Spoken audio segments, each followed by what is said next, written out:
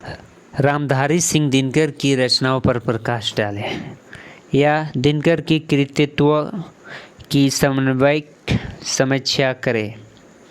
जिससे रामधारी सिंह दिनकर की कौन कौन सी रचनाएं हैं उसके बारे में हमें प्रकाश डालना होगी, उसके बारे में डिटेल से जानना होगा संक्षेप में।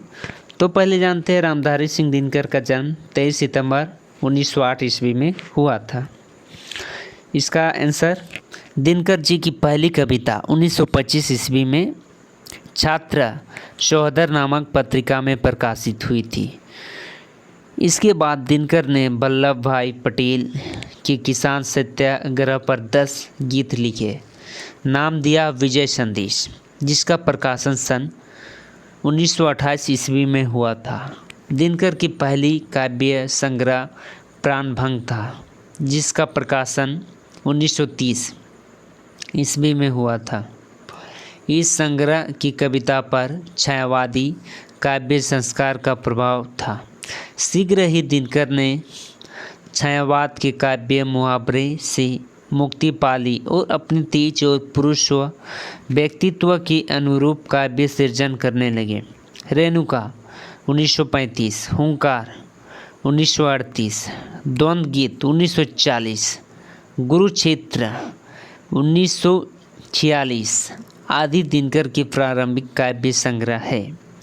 उनकी संकलित कविताएं स्वतंत्रता प्राप्त के पूर्व के कवि दिनकर की राष्ट्रीय चेतना की पहचान कराती है। कुरुक्षेत्र के बाद दिनकर ने सामधेनी 1947, बापू 1947, इतिहास के आंसू 1951, धूप और धुआं 1951 जैसी काव्य संग्रह प्रकाशित हुआ।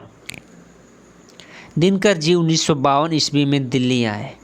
दिनकर दिल्ली आकर उन्होंने एक नए सिरे से पाश्चात्य साहित्यकारों नित्य से D.S. Elliott, D.H. लॉरेंस का अध्ययन किया। इस अध्ययन का गहरा प्रभाव नील कुसुम काव्य संग्रह की कविताओं पर दिखाई पड़ती है। इस समय दिनकर जी की लिखनी द्रव्य गति से चल रही थी। एक के बाद एक काव्य संग्रह प्रकाशित हुए।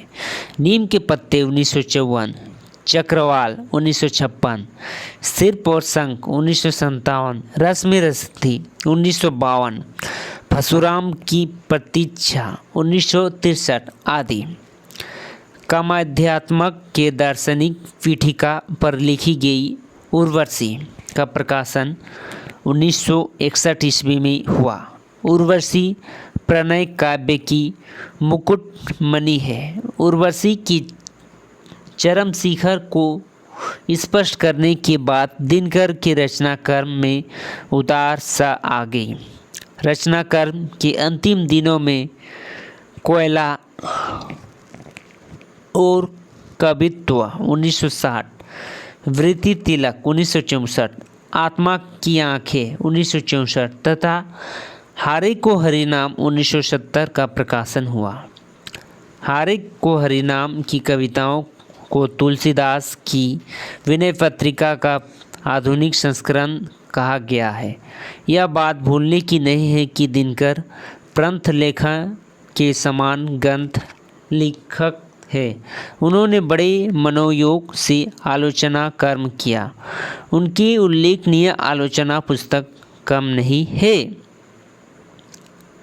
जिसे मिट्टी की ओर 1946 ईस्वी में लिखे थे। अर्धनारीश्वर 1952, काव्य की भूमिका 1958, पंत प्रसाद और मैथिली शरण गुप्त 1958, वनुवन 1958 तथा शुद्ध कविता की खोज 1966। दिनकर का ग्रंथ का विस्तार, हमें चित्तौड़ का साका 1949, रेती की फूल 1954, हमारी संस्कृति एकता 1954, भारत की सांस्कृतिक कहानी 1955, संस्कृत के 4 अध्याय 1956, उजली आँख 1956, देश विदेश 1957, राष्ट्रीय भाषा और राष्ट्रीय एकता 1957 तथा कर्म नैतिकता और विज्ञान जैसी पुस्तक में दिखाई। इसके साथ साथ दिनकर की और भी ग्रंथ रचनाएं हैं जो अत्यधिक महत्वपूर्ण है।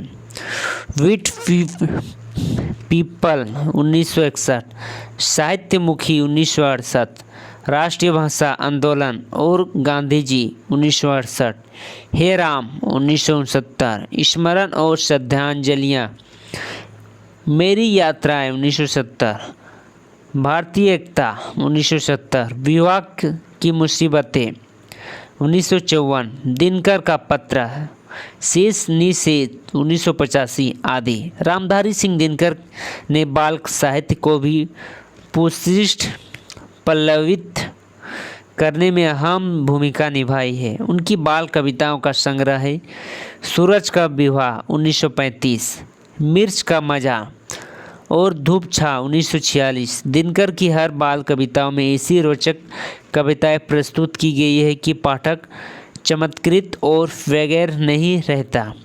राष्ट्रीय पिता महात्मा गांधी पर केंद्रित एक और किशोर उपयोगी काव्य बापू जून 1947 में छपा था। दिनकर की अधिकांश बाल कविताएं बच्चों को हंसाते हंसाते लोटपोट कर देती है, पर ये कविताएं हास्य के जरिए भी कोई न कोई मज़ेदार संदेश जरूर देती है। ये थी रामधारी सिंह दिनकर की रचनाएं का प्रकाशन हुआ। कौन कौन सी रचनाएं हैं वह संक्षेप में। यह BA सेमेस्टर 6 DSC 4 में आपको यह पूछ सकता है कि दिनकर की रचनाओं पर प्रकाश डालें, तो आप यह लिख सकते हैं दिनकर की रचनाएं में।